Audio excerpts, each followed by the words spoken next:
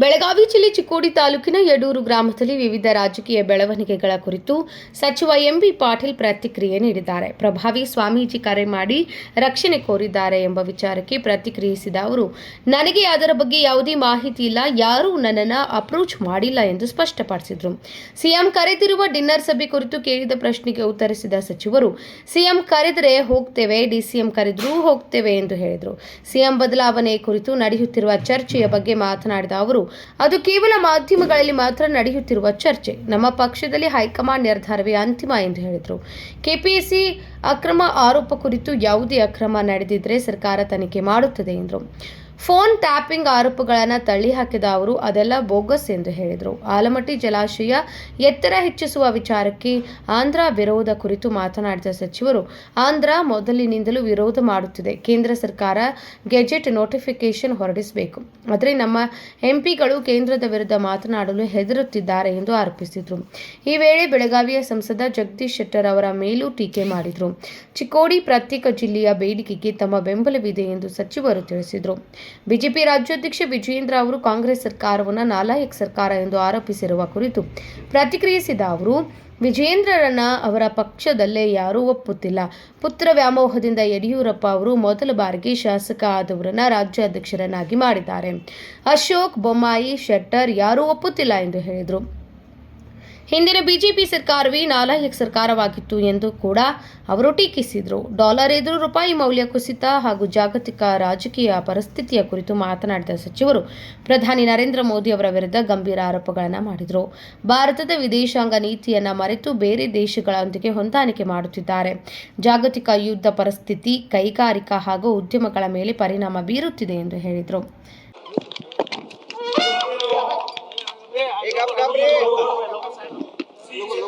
ಹೊರಗೆ ಬರ್ತಾರೆ ನೋಡ್ರಿ, ವಾಸನೆ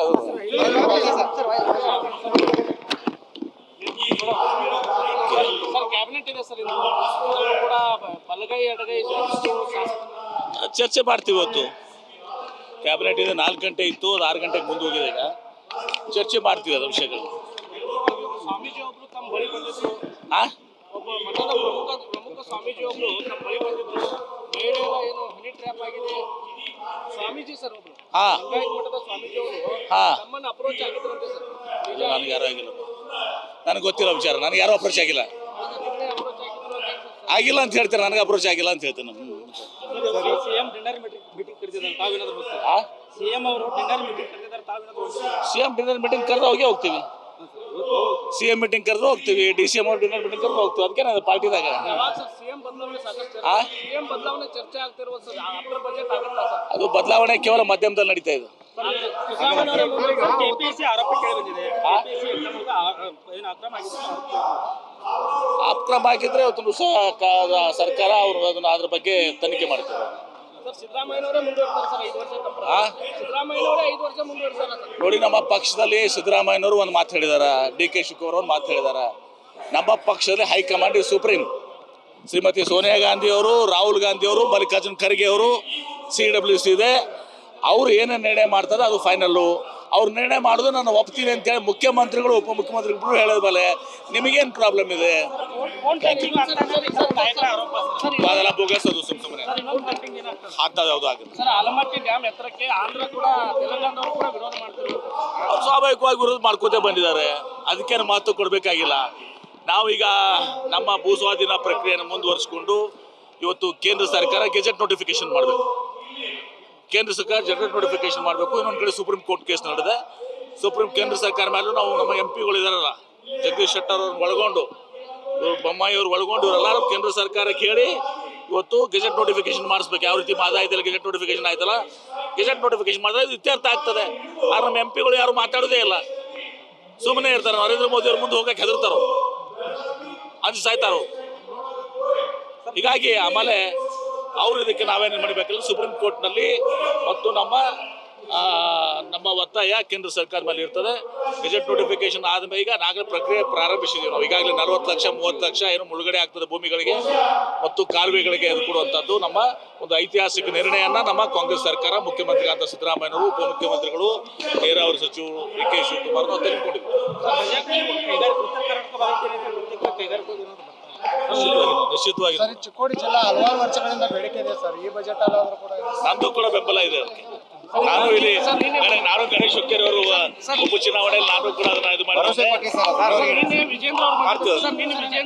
ನಿನ್ನೆ ವಿಜೇಂದ್ರ ಅವ್ರು ಬಂದಿದ್ರು ಸರ್. ಇಲ್ಲಿ ನಾಲಾಯಕ್ ಸರ್ಕಾರ ಅಂತೇಳಿ ಆರೋಪ ಮಾಡ್ತಾರೆ ಸರ್. ರಾಜ್ಯ ಕಾಂಗ್ರೆಸ್ ಸರ್ಕಾರ ನಾಲಾಯಕ ಸರ್ಕಾರ, ಇದು 6ನೇ ಗ್ಯಾರಂಟಿ ಬೆಲೆ ಆ ವಿಜೇಂದ್ರ ಅವ್ರಿಗೆ ಹೇಳಿ ಅವ್ರು ಯಾವ ಪಕ್ಷನಾಗ ಇದಾರಲ್ಲ ಈಗ ಅವ್ರನ್ನ ಯಾರು ಒಪ್ತಾ ಇಲ್ಲ. ಒಂದೇದು ಪ್ರಥಮ ಬಾರಿ ಶಾಸಕರಾದವ್ರನ್ನ ಅಧ್ಯಕ್ಷ ಮಾಡಿದ್ರು ಪುತ್ರ ವ್ಯಾಮೋಹದಿಂದ ಯಡಿಯೂರಪ್ಪನವರು.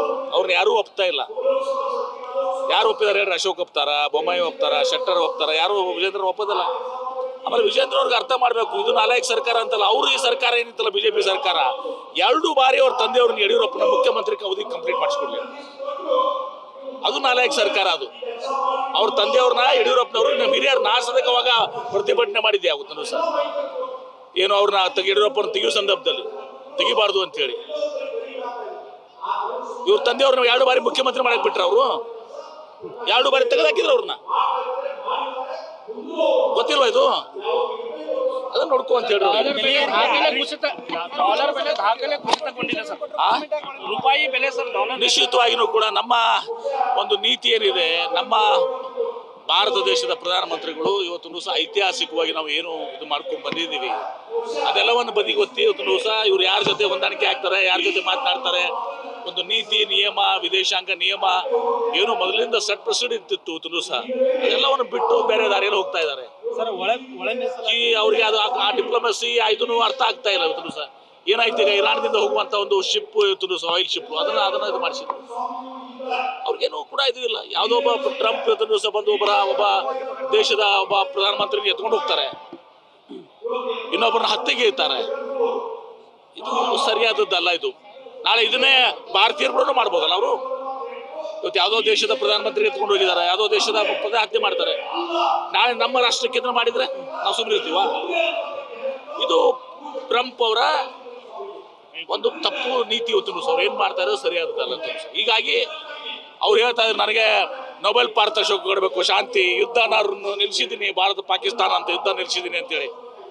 ಒಂದ್ ಕಡೆ ಯುದ್ಧ ನಿಲ್ಸಿದ್ದೀನಿ, ನೊಬೆಲ್ ಪಾರಿತೋಷಕ ಕೊಡ್ಬೇಕಂತ ಎಲ್ಲರಿಗೂ ಕೂಡ ಯಾರಿಗೋ ಸಿಕ್ಕಿದ್ರು ಸಹ ಕಸ್ಕೊಂಡ್ರಲ್ಲ. ಅದೋ ಪಾಪ ಹೆಣ್ಮಗಳಿಗೆ ಸಿಕ್ಕಿದ್ದನ ನನಗೆ ಕೂಡ ಕೊಡಕ್ ಬರೋದಿಲ್ಲ ಅದನ್ನ. ಇನ್ನೊಂದ್ ಕಡೆ ಯುದ್ಧ ಪ್ರಾರಂಭ ಮಾಡ್ತಾರೆ. ಆ ಯುದ್ಧ ಆದ್ಮೇಲೆ ಏನಾಗ್ತದೆ? ಈಗ ನಿರಪರಾಧಿಗಳು ತುಂಬ ಸರ್ ಅಲ್ಲಿ ಇರಾನ್ದಲ್ಲಿ 165 ಮಕ್ಕಳು ಸತ್ತರು, ಶಿಕ್ಷಕರು ಸತ್ತರು. ಇದರಲ್ಲಿ ಕೇವಲ ಯುದ್ಧದಲ್ಲಿ ಆ ಯುದ್ಧದ ಇದರಲ್ಲಿ ಹಾನಿ ಆಗೋದಿಲ್ಲ, ನಿರಪರಾಧಿಗಳಿಗೂ ಕೂಡ ಜನಸಾಮಾನ್ಯರಿಗೂ ಹಾನಿ ಆಗ್ತದೆ ತುಂಬ ಸರ್, ಯಾವುದೇ ದೇಶ ಇರಲಿ. ಈಗ ಅದನ್ನೆಲ್ಲರೂ ಕೂಡ ಅವರು ಈ ಕಡೆ ಎಲ್ಲ ಕಡೆ ಈ ಕೊಲ್ಲಿ ರಾಷ್ಟ್ರಗಳ ಮೇಲೆ ದಾಳಿ ಮಾಡ್ತಾ ಇದ್ದಾರೆ ಇರಾನ್. ಇದರಿಂದ ಸ್ವಾಭಾವಿಕವಾಗಿ ನಮ್ಮ ಆಯಿಲ್ ರೇಟ್ಸ್, ತೈಲ ಬೆಲೆ ಗಗನಕ್ಕೆ ಇರ್ತದೆ. ಮೊದಲೇ ಮಾತು ನಮ್ಮ ನರೇಂದ್ರ ಮೋದಿ ಅವ್ರ ಕಾಲದಲ್ಲಿ ನಮ್ಮ UPA ಸರ್ಕಾರದಾಗ ಪೆಟ್ರೋಲ್ 65 ರೂಪಾಯಿ ಇತ್ತು, ಈಗ 100 ರೂಪಾಯಿ ಆಗ್ಯದ. ಡೀಸೆಲ್ 58 ರೂಪಾಯಿ ಇತ್ತು, ಈಗ 98 ರೂಪಾಯಿ ಆಗ್ಯದ. ಗ್ಯಾಸ್ ಸಿಲಿಂಡರ್ 450 ರೂಪಾಯಿ ಇತ್ತು, ಈಗ 1000 ಆಗಿದೆ. ಇನ್ನೂ ಅಷ್ಟು ಹೆಚ್ಚಿಗೆ ಆಗ್ತದೆ. ರಾಜ್ಯದ ಕೈಗಾರಿಕೆ ಮೇಲೆ ಸರ್, ರಾಜ್ಯದ ಕೈಗಾರಿಕೆ ಮೇಲೆ ಏನು ಯುದ್ಧ ಆಗ್ತಾ ಇದೆ ಸರ್, ಯಾವ ರೀತಿ ಪರಿಣಾಮ ಬೀರಲಿದೆ ಸರ್? ನಿಶ್ಚಿತ ಬರೀ ರಾಜ್ಯ ಅಷ್ಟೇ ಅಲ್ಲ, ವಿಶ್ವದ ಎಲ್ಲ ಕೈಗಾರಿಕೆ ಮೇಲೆ ಪರಿಣಾಮ. ನಿಶ್ಚಿತವಾಗಿ ಬರೀ ರಾಜ್ಯ ಅಷ್ಟೇ ಅಲ್ಲ, ಇಡೀ ದೇಶದ ಮೇಲೆ ಯಾವಾಗಲೂ ಯುದ್ಧ ಆಗ್ತವೆ. ಬರೀ ಮೊದಲು ತಾರೀಫ್ ಆಯಿತು, ಶಿಕ್ಷಕಂಗೆ ಎಲ್ಲರ ಮೇಲೆ ತಾರೀಫ್ ಹಾಕೋದಂತ ಆಯಿತು. ಸುಪ್ರೀಂ ಕೋರ್ಟ್ ಅದನ್ನು ರದ್ದು ಮಾಡಿದರು, ಆಮೇಲೆ ಮತ್ತೆ ಹೇರಿದ್ರು ಅದನ್ನು ಬೇರೆ ರೂಪದಲ್ಲಿ. ಈ ಯುದ್ಧ ಆಗೋದ್ರಿಂದ ಕೇವಲ ಭಾರತ ದೇಶ ಅಷ್ಟೇ ಅಲ್ಲ, ಜಾಗತಿಕ ಏನು ಉದ್ಯಮ ಮೇಲೆ, ವ್ಯಾಪಾರ ಮೇಲೆ ಒಂದು ಸಹ ಇದು ಆಗ್ತದೆ. ನಾನು ನಿರಂತರವಾಗಿ ಮಾಡ್ತಾ ಇರ್ತೇನೆ. ನಂದು ಒಂದು ದಿವಸದ ಅಲ್ಲ, ನಾನು ಯಾವಾಗಲೂ ಕೂಡ ನಾನು ಪ್ರತಿ ದಿವಸ ನಮ್ಮ ಇದರ ರಿವ್ಯೂ ಮಾಡ್ಕೊಂತ ಇರ್ತೀವಿ ಏನ್ ಮಾಡ್ಬೇಕು ಅಂತ.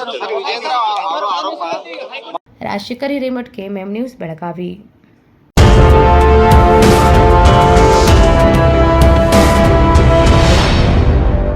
$100 years, 100 days, 100% off on making charges. Bhima Legacy Fest 100 days offer. Get up to 100% off on making charges on gold, silver and diamond. And get a free 24-carat gold bar on every ₹1 lakh diamond value. Available at all Bhima showrooms. TNC apply.